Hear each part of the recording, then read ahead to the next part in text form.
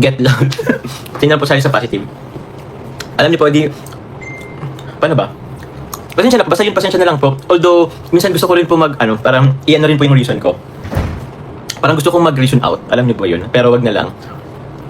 Ayoko na lang po kasi baka may mga pa tayo. May mga masaktan pa tayo pag nag-ano pa tayo. Baka pag magpaliwanag ako is may mga masaktan pa. Ayoko na po ng may masaktan. Tama na po. Ano na lang tayo. Love, love, love. Ingat, tawag yan. Think positive na lang po. Nga guys, no, ang rason ni Papa Joms kaya hindi po siya nagsasalita, mananatiling tahimik para po sa ikakatahimik po ng lahat. Baka nga sabi niya na may masaktan lang daw siya, di ba mga kalingap? Kaya alam niyo na yon guys kung bakit gano'n, no? May mga dahilan pala, no, kung bakit talagang ang mga supporters nila ay naghati-hati na, no? At alam naman natin yan guys, kahit sino na nagsasabi na talagang hindi na nakasupport kay Papa Joms. So ayan guys, no, bago natin simulan ang ating reaction video dito sa live ni Papa Joms, ay shoutout muna tayo syempre sa ating founder Kuya Bal Santos Matubang, Ate Edna Vlogs at Kalingap Rap, at sa lahat po ng mga nasa landing pad, Ambassador, Deputy at mga Kalingap Scouters, mega love shoutout po. At syempre sa aking mga kapwa OFW, ayan, shoutout po. At syempre yung mga nasa Pilipinas, ingat-ingat po kayo mga kalingap. At sa mga kasamahan ko po na reactor sa Team Bios, Karipa, at sa iba po mga reactor dyan, no, na nasakupan po ng Team Kalingap, shoutout po sa inyong lahat. So ayan guys, ituloy-tuloy na natin itong topic natin about dito kay Papa Joms, no, sa kanyang live na hindi matapos-tapos ang talagang komento ng iba, no, kaya nagkakaroon ng mga issue mga kalingap. Bakit kaya hindi na lang tigilan nila no na mag-comment? Alam naman nila na ganun nga ang mga nangyayari. Dapat na lang nila, wag na lang i-comment, di ba mga kalingap? Kasi hindi naman mga bobo, hindi naman mga walang isip ang mga viewers mga kalingap. Mga tatalino po ang viewers, alam nila kung ano po ang mga nangyayari dito sa ng Jomcar, especially po kay Papa Joms, di ba mga kalingap? So dapat para maiwasan po yan, no, matigil na yung mga issue na yan, ay wag na lang po ninyong pag-usapan or i-comment po sa mga live, mga comment section. Katulad niyan kay Papa Joms, may nag-comment na naman, paulit-ulit na lang yan guys. Alam nyo naman na talaga namang hindi na nga nakasuporta, di ba? Ulit-ulitin nyo pa na i-comment dyan. At alam naman ni Papa Joms yan. At syempre wala naman daw problema sa kanya kasi nga itong mga VIP sponsor ay nakasuporta po kay Carla. Yun naman talaga ang mas mabuti, mas maganda dyan, di ba mga kalingap? Kasi nga si Carla ay isang beneficiary na dapat nating suportahan, no? Unlike kay Papa Joms na isa po siyang charity vlogger, no? Ang dapat na sinusuportahan kay Papa Joms ay ang kanyang mga beneficiary. Syempre dapat rin tayo magsuporta dito kay Papa Joms kasi wala naman siyang maipapantulong kung aasa lang po siya sa kanyang revenue, di ba? Paano naman po ang kanyang pamilya? Alam naman natin na breadwinner po yan si Papa Joms sa kanyang pamilya, di ba? Siya ang tumutulong sa pag-aaral ng kanyang mga kapatid. At ayun nga, meron siyang maliit na negosyo na sana ay matuloy-tuloy ang ang kita niyan, di ba mga kalingap? Syempre, kailangan niya rin po talaga ng suporta ng ibang mga sponsor dyan na talagang mula noon hanggang ngayon ay naandyan po kay Papa Joms, no? Kahit may mga reason out na may mga nangyayari, ay dapat po mananatili po tayong nakasuporta po dito sa dalawa ng mga kalingap para po sana maganda po yung daloy po ng samahan ninyo, di ba mga kalingap? Kaya ayan, no, alam naman natin na ang mga supporters po ng Jomcar ay hati na po mga kalingap. Pero sabi ko nga, sana magsuporta lang, wag nang mag-awayan or magsiraan, sisiraan niyo si Papa Joms, sisiraan niyo si Carla, di ba? Wag na po sanang ganyan mga kalingap. Kasi nga hindi naman natin sila hindi natin sila mapiplease or hindi natin sila madidiktahan. Lalo na yung mga sponsor kung saan nila gustong tumulong, di ba mga kalingap? Kaya yan ang sabi ni Papa Joms diyan na wala namang problema daw kung hindi man sa kanya sumuporta, di ba?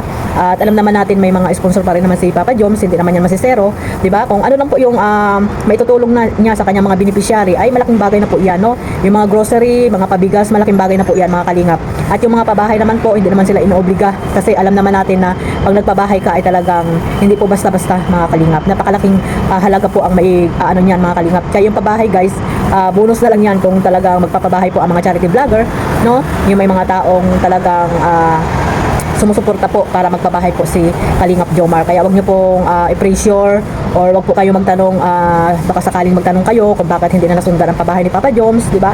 Mga kalingap, yung mga ganyang senaryo, hindi po maalis yan dahil alam natin na si Papa Joms ay nagpabahay na. Baka sabihin niyo naman ay lagi-lagi lang magpabahay. Mahirap po magpabahay mga kalingap. Kaya sana abangan nyo na lang kung ano man yung mga susunod na ganap ni Papa Joms dito sa kanyang channel bilang isang charity vlogger. At ito pa guys, nang sinabi ni Papa Joms na hindi na siya mag-upload about sa moment nila siguro ni Carla yon mga kalingap. Hindi natin alam kung anong dahilan, siguro matatagalan kasi nga magpo-focus po siya sa kanyang channel sa pagcha-charity. At ayun, di ba nga pag lagi siyang nag-upload ng kasama si Carla ay marami ding mga walang magawa sa buhay na mga negative na laban po sa kanya kung ano-ano mga sinasabi. Kaya siguro yan ang isa rin dahilan ni Papa Joms. Siyempre bilang isang charity vlogger nga ay mag-focus po siya sa pagcha-charity lalo na po sa kanyang channel. Yun na po ang i-upload niya.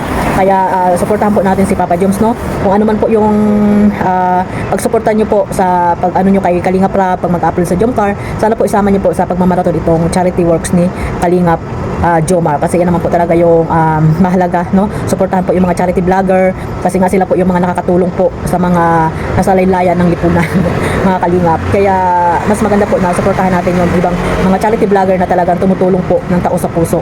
So ayan guys, no, kung ano man yung mga nakikita nyo, alam nyo na yan guys. Huwag nyo nang paulit-ulit, no?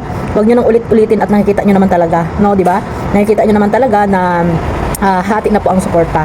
At hindi po natin yan sila didiktahan or bigyan nyo pa ng issue kung bakit nga talaga hindi sila nag-support kay Papa Joms, di ba? Sa kanila na yan mga kalingap, no? At pasalamat na lang tayo at mayroon pa rin mga taong talagang nagmamahal dito kay Papa Joms, no? Kahit na may mga problemang dumarating ay nandiyan pa rin po sila, hindi nila iniiwan si Kuya Jomar. At syempre ang Jomcar, di ba?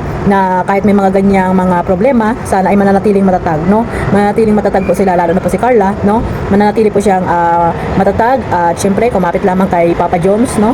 Syempre sa Kalingap, di ba?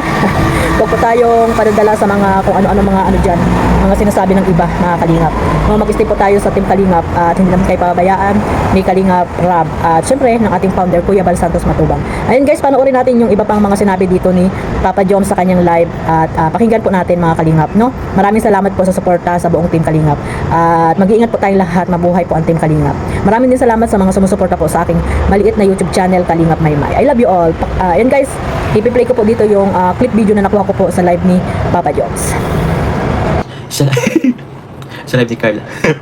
Meron po dito sa live ni Carla, andun mga VIP, iniwan ka na nila Papa Joms. Ma'am Grace, wala pong problema po doon.